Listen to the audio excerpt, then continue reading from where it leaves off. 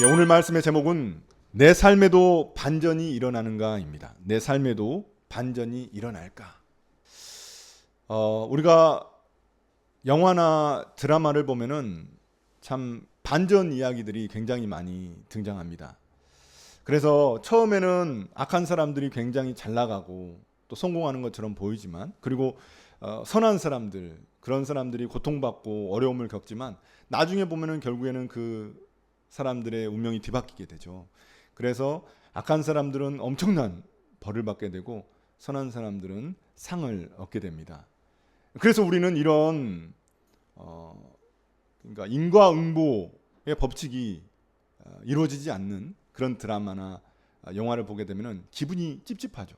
마지막에 분명히 좋게 끝나야 되는데 이게 뭔가 찝찝하게 끝나는 그런 영화나 드라마도 있지 않습니까? 그러면 굉장히 기분이 별로 안 좋습니다.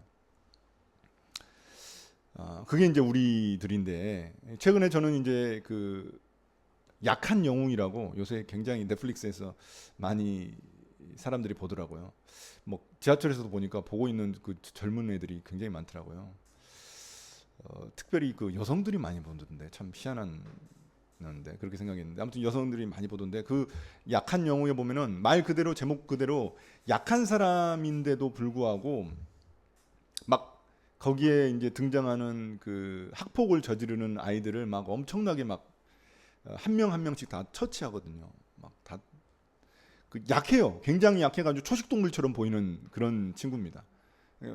굉장히 왜소하고 그런 친구인데, 그 학폭 저지르는 애들을 그냥 샤프 하나로 그냥 다 작살내는 그런 드라마였는데, 뭐 굉장히 통쾌하게 봤죠. 재밌게 봤죠. 이제 그게 이제 우리가 보통 좋아하는 드라마인데, 근데 우리가 이제 그 조금 된 영화지만 이 기생충이라는 영화가 있습니다. 기생충이라는 영화 보면은 어 거기에 이제 부자도 등장하고 가난한 사람도 등장하잖아요. 근데 이제 나중에 거기 안에 이제 또 뭐 살인 사건도 일어나고, 뭐 엄청 그 가난한 사람들이 막 속여가지고 그 부잣집 안으로 들어가잖아요. 이제 그런 일들을 다 보고 나서 마지막에 이제 영화가 끝나고 나서 딱 생각해 보면은 누가 착한 사람인지 누가 악한 사람인지 굉장히 구분하기가 굉장히 어렵습니다. 가난한 사람이 악한 사람이었나요? 아니면 부자가 악한 사람이었나요? 이 굉장히 우리가 그거를 구분하기가 어렵습니다. 그런데 우리가 살아가는 삶의 현실을 보면은 오히려 약한 영웅의 스토리보다는 기생충의 스토리가, 기생충의 이야기가 우리에게 더 잘 맞는 것은 아닌지, 이런 생각이 듭니다. 여러분 보십시오. 그 악한 사람들이 막 결국에는 막 벌을 받고 막 심판을 받고 그러나요? 주변에 둘러보면은 그런 사람들보다 뭐 잘 먹고 잘 사는 사람들이 훨씬 더 많습니다. 선하게 산다고 해서 뭐 굳이 뭐 이렇게 보상을 받고 막 그런 사람 많이 우리가 보기 힘듭니다. 이런 게 바로 우리의 부조리한 현실이죠. 이런 현실 속에서 그럼 우리 그리스도인들은 어떻게 살아야 할까요? 우리 그리스도인들이 막 그렇게 선하게 산다고 해서, 하나님의 뜻대로 산다고 해서 나에게 뭔가 주어지는 게 있을까요? 그럼 우리는 이런 세상 속에서, 이 부조리한 현실 속에서 어떻게 살아야 할까요? 우리의 삶의 태도는 무엇일까요? 오늘 말씀을 통해서 우리가 한번 그런 고민을 해보면 좋겠습니다. 제가 오늘 말씀을 준비하면서 고민이 있었습니다. 그러니까 오늘 말씀도 결국에는 반전에 대한 이야기거든요. 그러니까 약한 영웅에 대한 이야기입니다. 그래서 그런데 우리 현실은 그렇지 않으니까 어떻게 말씀을 전해야 될까, 그런 고민이 이 설교자로서 있었습니다. 현실과 말씀의 괴리, 그 가운데 우리가 어떤 태도를 취해야 되는지 알아보려고 합니다. 첫째, 넘겨보시면 하나님의 반전은 어쩌면 이미 시작되었는지 모릅니다. 하나님의 반전은 어쩌면 이미 시작되었는지도 모릅니다. 6장 1절부터 3절 보시면 하만과 이 모르드게의 이야기가 등장하는데요. 하만은 이제 여러분 앞에 이야기를 여러분들이 읽어 보셨을 거라 믿습니다. 보시면은 하만은 악한 사람입니다. 악인입니다. 악인. 그래서 이 하만이 어떻게든 유대인들을 다 말살하려고 합니다. 그러니까 원래는 마음에 안 들었던 사람이 모르드게거든요. 모르드게가 자신한테 절을 하지 않는 거예요. 자기가 왕 다음에 2인자인데 자기한테 무릎을 꿇지 않고 절을 하지 않는 모습을 보며 화가 나가지고 어떻게 처리할까 했더니 그 가족들하고 친구들이 그러면은 그 모르드게를 죽여라. 그리고 그 유대인들을 한번 이렇게 다 휩쓸어 버리도록 그렇게 이야기를 합니다. 그래서 이제 하만이 나를 잡아가지고 이 유대인들을 완전히 싹 휩쓸어 버리려고 완전히 싹 말살해 버릴 그런 계획을 세웁니다. 그리고 나서 이제 시간이 흘러서 이제 6장까지 오게 되는데 이제 이 하만은 또 그 에스더 왕비를 통해서 잔치를 베풀었는데 이 잔치 끝나고 나서 집에 가려고 하는데 우연히 또 모르드게를 만난 거예요. 근데 모르드게가 또 자기한테 인사를 안 하는 거예요. 또 다시 화가 난 거예요. 이거 자기 너무 기분이 좋았는데 왕후가 자기를 불러가지고 왕하고 자기 딱 두 사람만 불러가지고 잔치를 벌여서 너무 기분이 좋았는데 딱 나가자마자 모르드게가 인사 안 하니까 너무 화가 나서 결국에는 모르드게를 바로 그 다음날 죽이기로 결정합니다. 네. 아내와 그 친구들이 그렇게 충고를 해줘요. 그래서 그 다음날 장대를 20 몇 미터짜리 장대를 갖다가 가져와가지고 거기에다가 모르드게를 달아가지고 죽이려고 그렇게 계획을 세웁니다. 그래서 이제 바로 다음날, 그러니까 지금 이 6장 바로 다음날, 지금 이게 밤이거든요. 6장 바로 다음날 모르드게는 죽게 되어 있습니다. 그게 그의 운명입니다. 그런데 오늘 이 6장에 놀라운 일이 일어나고 있는 것입니다. 어떤 일이 일어나고 있습니까? 왕이 잠이 오지 않습니다. 왕이 불면증에 시달리고 있어요. 그래서 잠이 안 오니까 무엇을 읽습니까? 궁중실록을 읽습니다. 그러니까 그 궁중 안에 일어났던 일들을 기록한 그 책을 읽게 하는 겁니다. 신하에게. 우리도 잠 안 오면 성경책 읽고 뭐 그러지 않습니까? 막 그러면 성경책 읽으면 잠 잘 오고 그렇잖아요. 그런 것처럼 이제 이 궁중실록을 읽은 거죠. 왕도. 궁중실록을 읽는데 놀랍게도 어느 부분이 읽냐면 모르드게의 이야기를 읽습니다. 하필 모르드게의 이야기를 읽습니다. 그래서 이 왕이 무엇을 발견하게 됩니까? 모르드게가 어떤 일을 냈냐면은 왕에게 그 음모를 꾸민 자들이 있습니다. 신하 2명이 있는데 그 신하들의 이야기를 듣고 나서 그거를 자신의 그 딸처럼 여겼던 그 에스더 왕후한테 알려줍니다. 그래서 그 왕후가 왕에게 알려가지고 그 음모가 이제 진행이 안 된 겁니다. 그러니까 왕의 목숨을 살려준 거죠. 모르드게가. 그래서 그 사건이 있었습니다. 그 사건이 몇 달 전에 있었는데 그 사건을 왕이 잊어버린 겁니다. 그리고 나서 이제 이 실록을 읽는데 딱 그 모르드게의 이야기가 자신의 목숨을 살려준 모르드게의 이야기가 등장하니까 그 모르드게는 어떻게 했냐고 물어보는 겁니다. 그러니까 아무 상도 안 받은 거죠. 그래서 이제 이 왕이 그리고 나서 밖에 있는 사람을 부르게 됩니다. 근데 그 밖에 누가 있었냐면 하만이 기다리고 있었습니다. 그것이 바로 오늘 말씀의 이야기입니다. 그런데 여기서 우리가 기억해야 할 것은 왜 하필 왕이 잠이 오지 않았느냐 하는 겁니다. 왜 하필 왕이 잠이 오지 않았을까요? 그리고 왜 하필 왕은 궁중실록을 읽었을까요? 그리고 왜 하필 왕은 모르드게의 이야기를 읽었을까요? 우리도 보통 우연히 연속해서 계속 일어나면 필연이라고 이야기합니다. 이것을 우리는 하나님의 섭리라고 이야기하는 겁니다. 분명히 하나님의 이야기는 등장하지 않습니다. 하나님의 이름은 등장하지 않습니다. 그러나 침묵 가운데서 일하시는 하나님이 계신 것입니다. 그것을 바로 우리는 하나님의 섭리라고 이야기합니다. 에스더서에는 하나님의 이름이 전혀 등장하지 않습니다. 왜 등장하지 않을까요? 왜냐하면 이스라엘 백성들의 지금 현재 이 이야기가 일어나고 있는 이 현재 이스라엘 백성들의 상황이 마치 하나님이 없는 것처럼 보이거든요. 왜냐하면 페르시아의 포로로 끌려간 존재들입니다. 그래서 이스라엘에 있었던 예루살렘 성전이 멸망하게 되었고 그리고 자신들은 포로로 끌려왔기 때문에 이 땅에는 이방 땅이기 때문에 부정한 땅이기 때문에 하나님이 안 계시는 겁니다. 마치 하나님이 계시지 않는 것처럼 느껴지는 겁니다. 하나님이 자신들을 버린 것처럼 느껴지는 겁니다. 그래서 에스더서에는 하나님의 이름이 전혀 등장하지 않습니다. 그러나 그럼에도 불구하고 하나님은 일하고 계신 것입니다.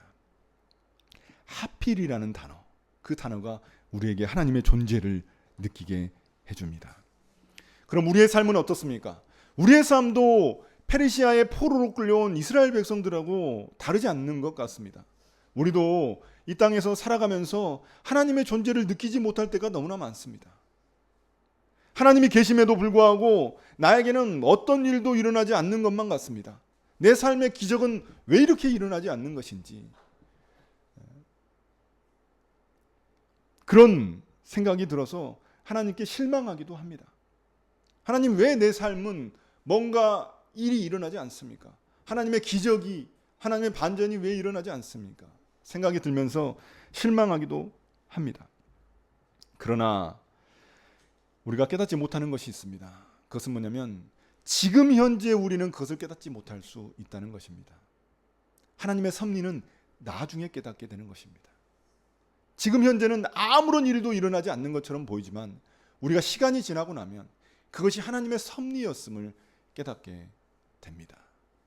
그렇다면 지금 우리에게 아무 일도 일어나지 않는 지금 이때 어쩌면 우리 가운데 하나님의 섭리는 시작되었을지 모릅니다. 그런 믿음이 우리에게 필요한 것입니다. 어쩌면 지금 아무 일도 일어나지 않는 이때 하나님은 하나님의 반전을 준비하고 계실지 모릅니다. 그 하나님의 반전이 이미 시작되었습니다. 우리는 알지 못하지만, 우리는 보지 못하지만, 우리는 깨닫지 못하지만 일하시는 하나님이 계신다는 것입니다. 그것이 하나님의 섭리입니다.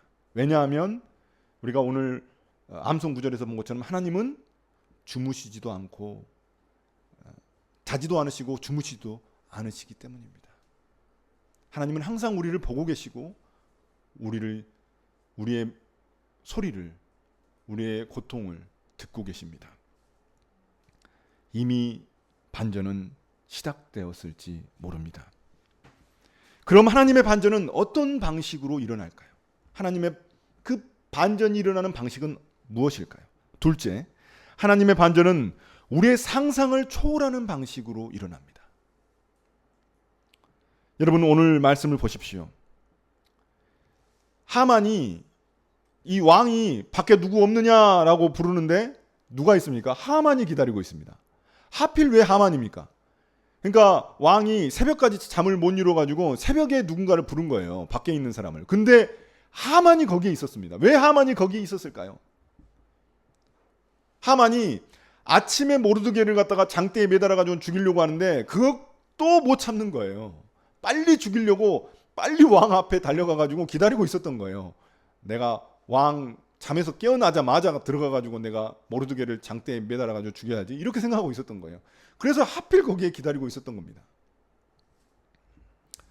그래서 하만이 불려갔죠. 그리고 나서 왕이 이제 질문합니다. 근데 왕의 질문이 굉장히 재밌습니다. 왕이 바로 내가 그 모르드게에게 상을 내리지 않았다라고 말하지 않고 뭐라고 말하냐면 내가 특별히 대우하고 싶은 사람이 있다라고만 이야기합니다. 이름을 이야기하지 않습니다.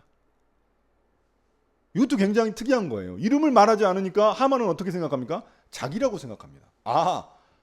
왕이 또 나를 또 어떻게 또 특별 대우를 시켜주려고 나를 또 이렇게 나를 이게 아주 중요하게 생각하고 잘해주려고 그렇게 생각하는구나, 이렇게 생각을 한 겁니다. 그래서 하만이 자신의 그 욕망을 다 드러내죠. 뭐라고 합니까? 그러면은 이거 나일 테니까 그럼 내가 하고 싶은 거 다 이야기해야지 하면서 뭐라고 이야기합니까? 왕의 옷을 입게 하고 왕의 말을 태워가지고 왕 말 머리에다가는 관을 씌워가지고 완전히 위험 있게 만들어가지고 그 성내를 갖다 다 한 바퀴 돌게 만든다는 거예요. 그중에 그 말을 모는 사람은 누구냐면 신하들 중에 제일 높은 신하. 그 누굽니까? 자기예요. 본인이 2인자인데. 그러니까 문제 만약에 자기라고 생각하면 이제 3인자한테 시켰을 거라고 생각하는 거죠. 그래서 이제 그렇게 해주기를 바라는 거예요. 그렇게 이야기를 해버린 겁니다. 그러니까 하만이 완전히 착각에 빠진 거죠. 자기 교만 때문에 착각에 빠진 겁니다. 그런데 여러분, 결국 그 말을 태우는 사람은 누굽니까? 하만이 아니라 모르드게였습니다.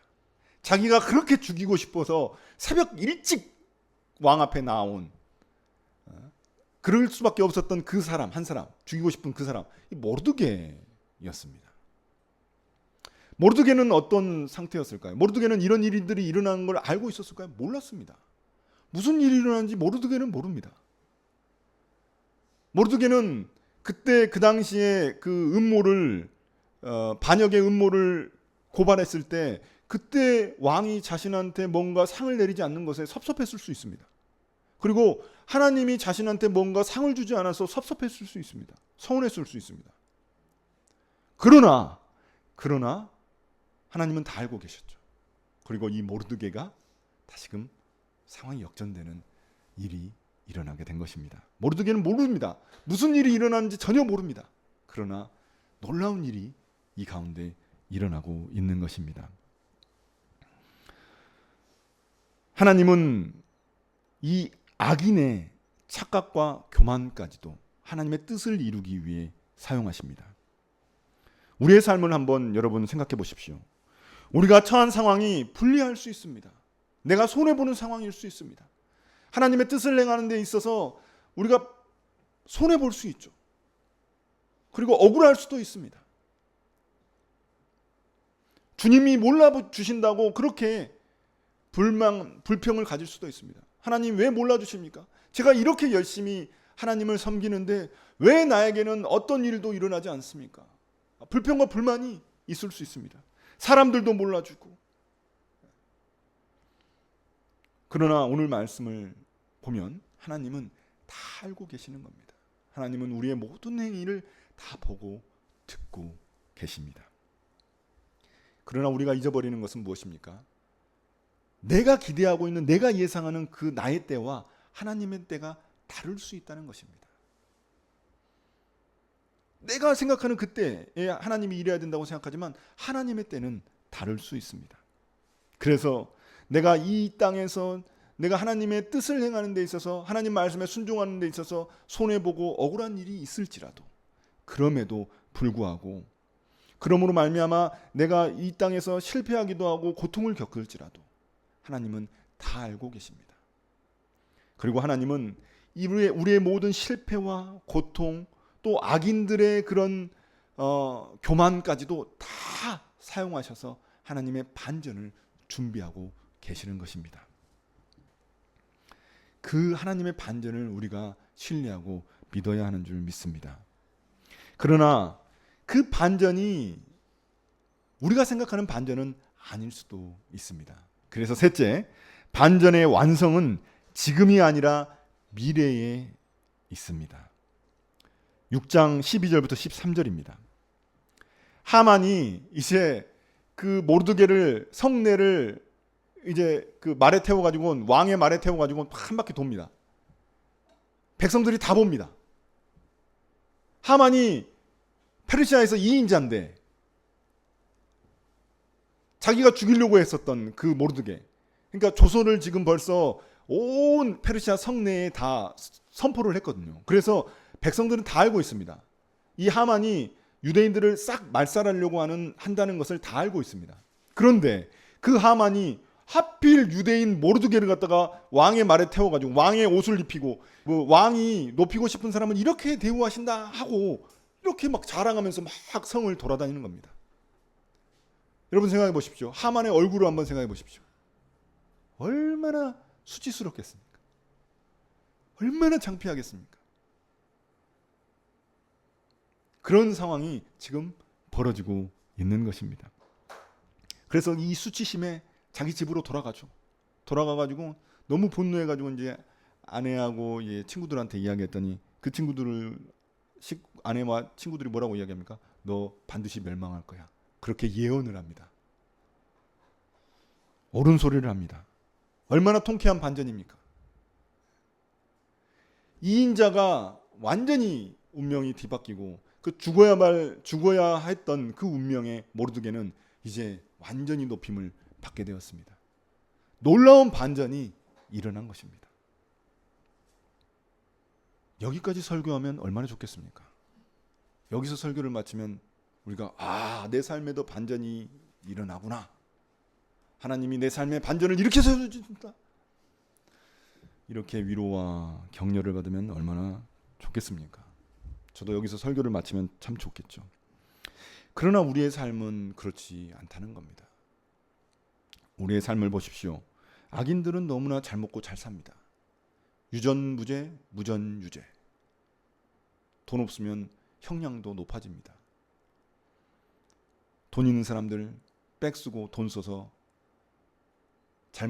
죄를 저지르고 나서도 집행유예로 풀려나고 그렇습니다. 정치인들 무슨 죄를 저질러도 다 덮고 풀려나고 그렇습니다. 이것이 바로 우리가 살아가는 세상의 모습입니다. 그래서 우리가 그 옛날 모범택시 그 드라마 보면은 통쾌하잖아요. 세상이 혼내줄 수 없는 악인들을 모범택시 타고 가가지고 막 혼내주잖아요. 그거 보면 통쾌하잖아요. 우리가 사는 모습들이 그렇다는 겁니다. 우리가 선하게 살아간다고 해서 뭔가 막 내 삶에 뭔가 좋은 일이 일어나고 막 그렇지 않는다는 것입니다. 그래서 우리는 하나님께 불평과 불만과 또 내 믿음에 의심이 생기기도 합니다. 그래서 이렇게 고백하죠.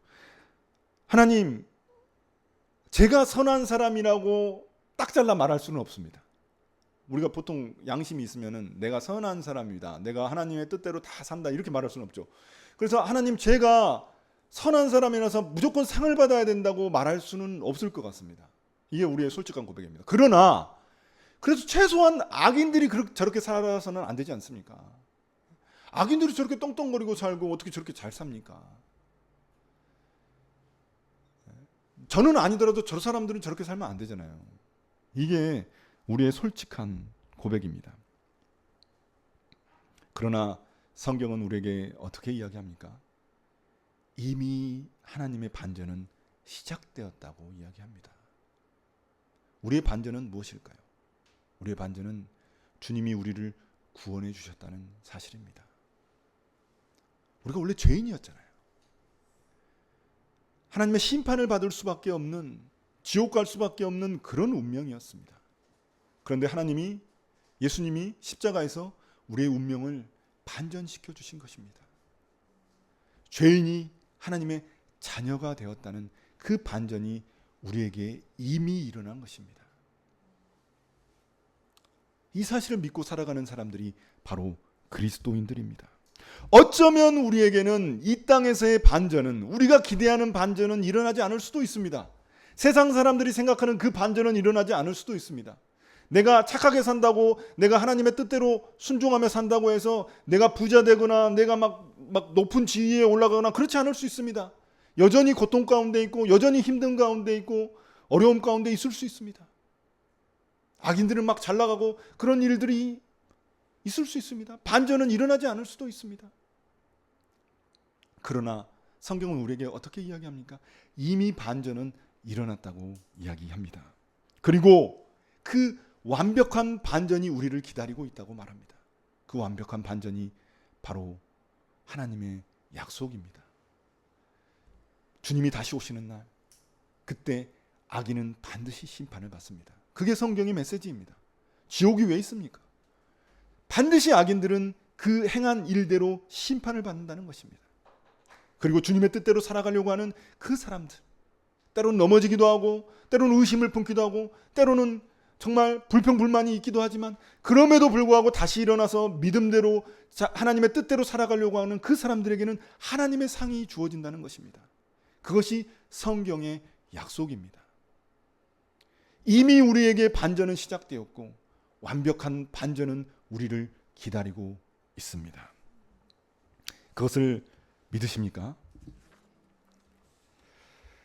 이제 오늘 말씀을 마무리하려고 합니다. 사랑하는 성도 여러분, 지금 내 삶에 아무런 변화가 없는 것처럼 보일지라도, 지금 내 삶에 하나님이 아무런 일도 하지 않는 것처럼 느껴질지라도 우리 삶에 하나님의 반전은 이미 시작되었을지 모릅니다.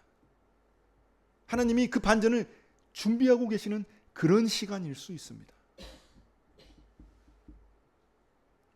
내가 모르고 있을 뿐입니다. 그리고 내 타이밍이 아닐 뿐입니다. 하나님의 타이밍이 우리에게 완벽한 방식으로 이루어질 때가 있는 것입니다. 그러나 혹여 이 땅에서 그 사람들이 생각하는 반전, 그리고 우리가 은밀한 가운데 가지고 있는 그 욕망 가운데 가지고 있는 그 반전이 이 땅에서는 일어나지 않을지라도 그 반전은 이미 시작되었습니다. 주님이 심판받아 마땅한 우리를 구원해 주셨기 때문입니다. 죄인이 하나님의 자녀가 되었기 때문입니다. 그리고 마지막 날 완벽한 반전이 우리 가운데 일어날 것이기 때문입니다. 그러니 우리 낙심하지 않았으면 합니다. 너무 조급해하지 않았으면 좋겠습니다. 저 역시 이 땅에서 하나님의 그 반전을 기다리고 있습니다. 은밀한 욕망이라고 말해도 뭐 할 말이 없지만 그래도 기다리고 있습니다. 그 하나님의 반전, 그것을 기다리며 살아가고 있습니다. 그러나 벌써 이미 반전은 시작되었습니다. 물론 우리가 하나님의 뜻대로 살아간다는 그 전제가 있어야 되죠. 그래야 반전이 일어나든지 말든지 해야죠. 그게 맞은 말이죠. 그러나 또한 우리가 포기하지 않았으면 좋겠습니다. 그 하나님이 이루실 그 반전의 이야기를 우리가 기다리며 소망하며 살아가기를 바랍니다. 그 반전의 이야기를, 하나님의 그 반전의 이야기를 써내려갈 수 있는 그런 함께 걷는 교회 식구들이 되시기를 예수님의 이름으로 축복합니다.